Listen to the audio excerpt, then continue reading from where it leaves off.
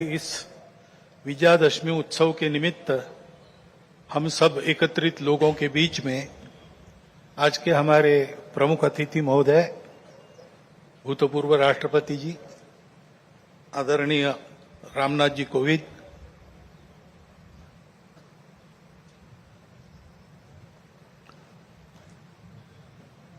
विदर्भ प्रांत के माननीय संघ चालक जी, माननीय सहसंघ चालक जी, नागपुर महानगर के संघ चालक जी, उपस्थित अन्य अधिकारी वर्ग,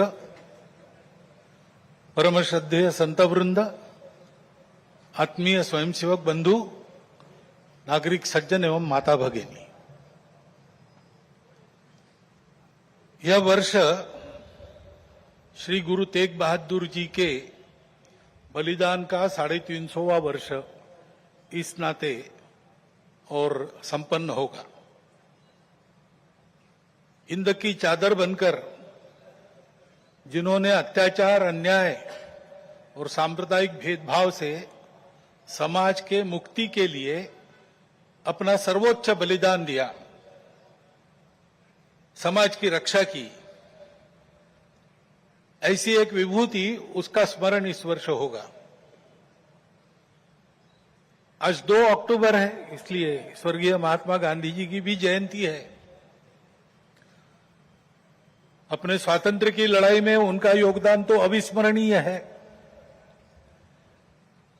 परंतु स्वतंत्रता के बाद भारत कैसा हो, भारत का जीवन किस प्रकार के तंत्र से चले, उसके बारे में विचार देने वाले हमारे जो उस समय के दार्शनिक नेता थे, उनमें उनका स्थान अग्रणी है। हिंद स्वराज में उन्होंने वह चित्र का रेखांकन किया है और सादगी, विनम्रता और प्रामाणिकता के प्रतीक, और जिन्होंने देश के लिए अपने प्राण अर्पण किए, ऐसे स्वर्गीय लाल बहादुर शास्त्री जी, उनकी भी आज जयंती है।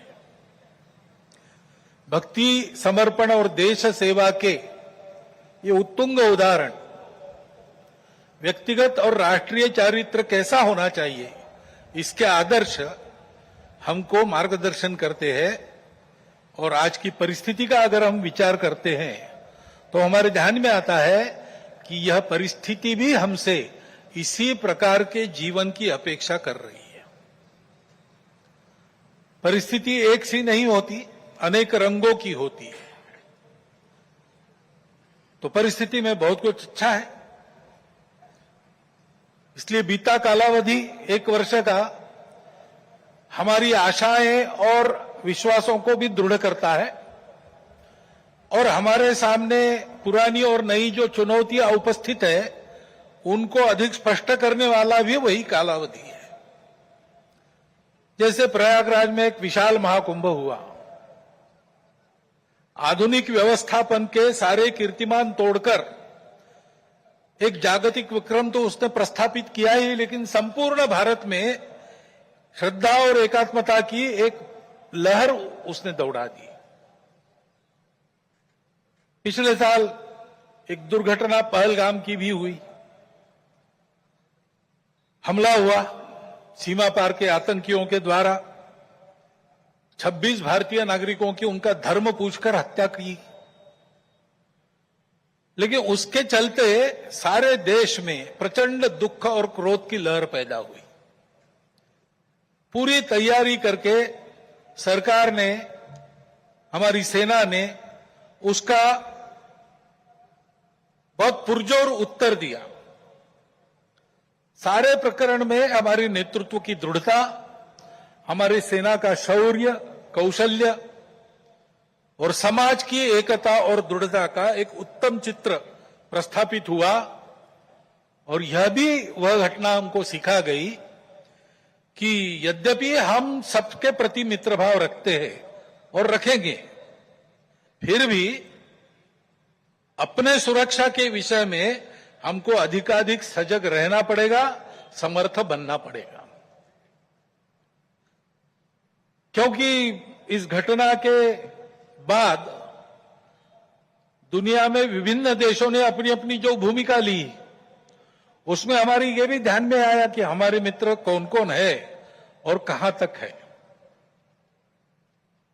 देश के अंदर भी अशांति फैलाने वाले असंवैधानिक उग्रवादी या संविधान विरोधी कहिए उग्रवादी नक्सली आंदोलन पर शासन और प्रशासन की दृढ़ कार्रवाई भी हुई और उनके अनुभव से उनके विचारधारा का खोखलापन और उनकी क्रूरता का अनुभव होने के कारण समाज भी उनसे मोहभंग होकर विमुख हो गया। लेकिन उनका नियंत्रण तो हो जाएगा, परंतु अब ये उस क्षेत्र में एक बड़ी जो बाधा थी वो दूर होने के बाद उस क्षेत्र में न्याय की स्थापना हो, विकास वहां तक पहुंचे, सद्भावना, संवेदना और सामरस्य वहां स्थापित हो, इसके लिए समाज की भी और शासन प्रशासन की भी योजनाएं चलनी पड़ेगी, क्योंकि इनका अभाव ही ऐसे उग्रवादी ताकतों के पनपने का कारण बनता है। इससे त्रस्त मनुष्य दूसरा कुछ उपाय दिखता नहीं, इसलिए निराश होकर उनको प्रश्रय देता है। ये न हो इसलिए ऐसी योजनाओं की आवश्यकता है।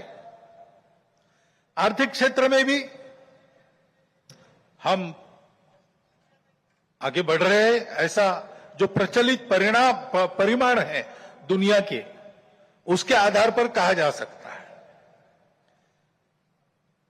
हमारा देश आर्थिक क्षेत्र में आगे बढ़े, इसलिए आर्थिक जगत के हमारे उद्योगी बंधु, विशेषकर तरुण उद्योजक, इनमें एक मादा भी दिखता है, उत्साह भी दिखता है, इच्छा आकांक्षा भी दिखती है। परंतु ये जो प्रचलित अर्थ प्रणाली है सारी दुनिया में वही है, तो सारी दुनिया के अनुभव में उसके कुछ दोष भी आ रहे हैं। विकास के इस प्रकार के पद्धति से अमीरी और गरीबी का अंतर बढ़ता है। आर्थिक सामर्थ्य कुछ चंद हाथों में एकत्रित होता है। शोषण करने के लिए एक नया सुरक्षित तंत्र इसमें से खड़ा हो सकता है, चिंता नहीं की तो। पर्यावरण के हानि की समस्या खड़ी हो जाती है और मनुष्यों के आपसी व्यवहार में कई प्रकार की व्यापारिक दृष्टि और अमानवीयता की बातें प्रवेश कर जाती है।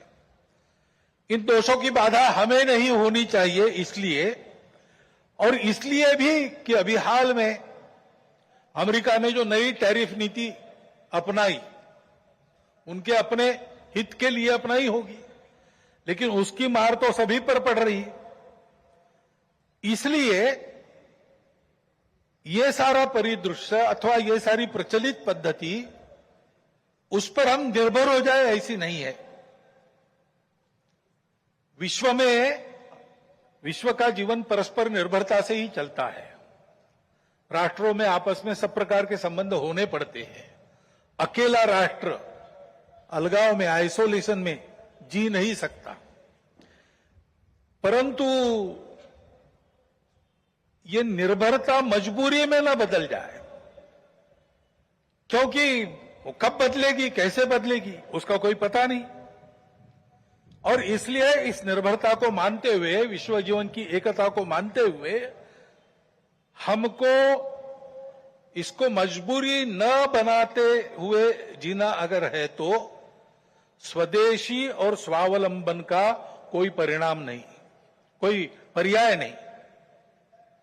हमको आत्मनिर्भर होना पड़ेगा, स्वावलंबी जीवन जीना पड़ेगा, स्वदेशी का उपयोग करना पड़ेगा और फिर भी अंतर्राष्ट्रीय संबंधों का सब प्रकार के, राजनयिक हो, आर्थिक हो, व्यापारिक हो, इन सबका जतन हमको करना पड़ेगा।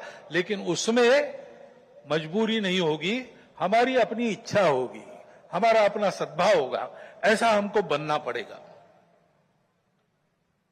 प्रचलित पद्धति जो है उसके दुष्परिणाम हमारे यहां भी दिखते हैं। अभी हाल में ही जो खबरें पिछले 1-2 साल से चल रही है, प्रत्यक्ष हम देख रहे हिमालय के क्षेत्र में कैसे चल रहा है।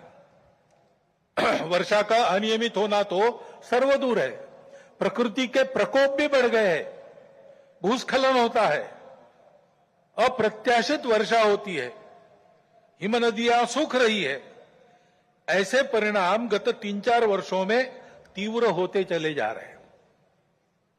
ये हिमालय हमारे लिए सुरक्षा की दीवार और दक्षिण पूर्व एशिया के लिए उसका पूरा जलस्रोत हिमालय से ही आता है।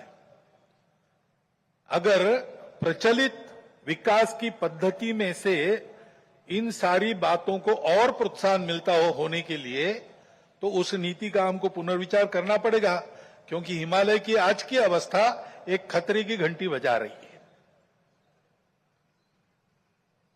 प्राकृतिक उथल पुथल है तो जनजीवन में भी उथल पुथल दिख रही है।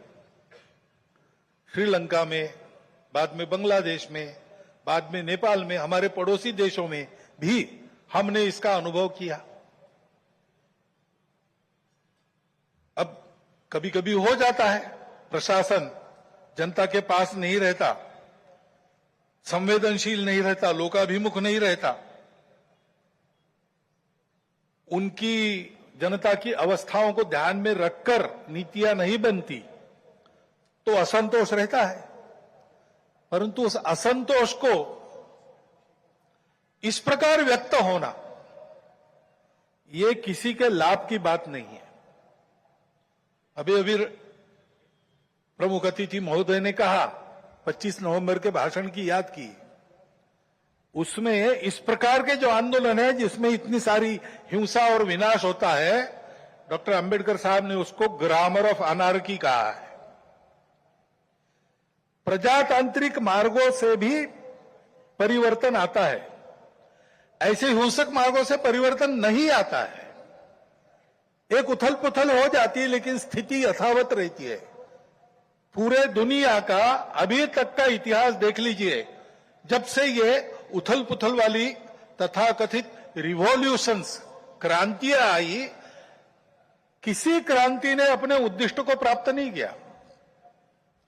राजा के खिलाफ फ्रांस की राज्य क्रांति हुई, उसका परिणाम क्या हुआ? नेपोलियन बादशाह बन गया, वही राजतंत्र कायम रहा। इतनी सारी तथाकथित साम्यवादी क्रांतियां हुई, सब साम्यवादी देश आज पूंजीवादी तंत्र पर चल रहे हैं, जिसके खिलाफ क्रांति हुई। ऐसे हिंसक परिवर्तनों से उद्देश्य नहीं प्राप्त होता है, उल्टा इस अराजकता की स्थिति में देश के बाहर की स्वार्थी ताकतों को अपने खेल खेलने का मौका मिलता है। और इसलिए हमारे पड़ोसी देशों में जो उथल पुथल हो रही, ये हमारे ही देश है, वे हमसे दूर नहीं है। कुछ वर्ष पूर्व भारत ही थे, हमारे अपने हैं। उनमें इस प्रकार की अस्थिरता उत्पन्न होना, ये हमारे लिए,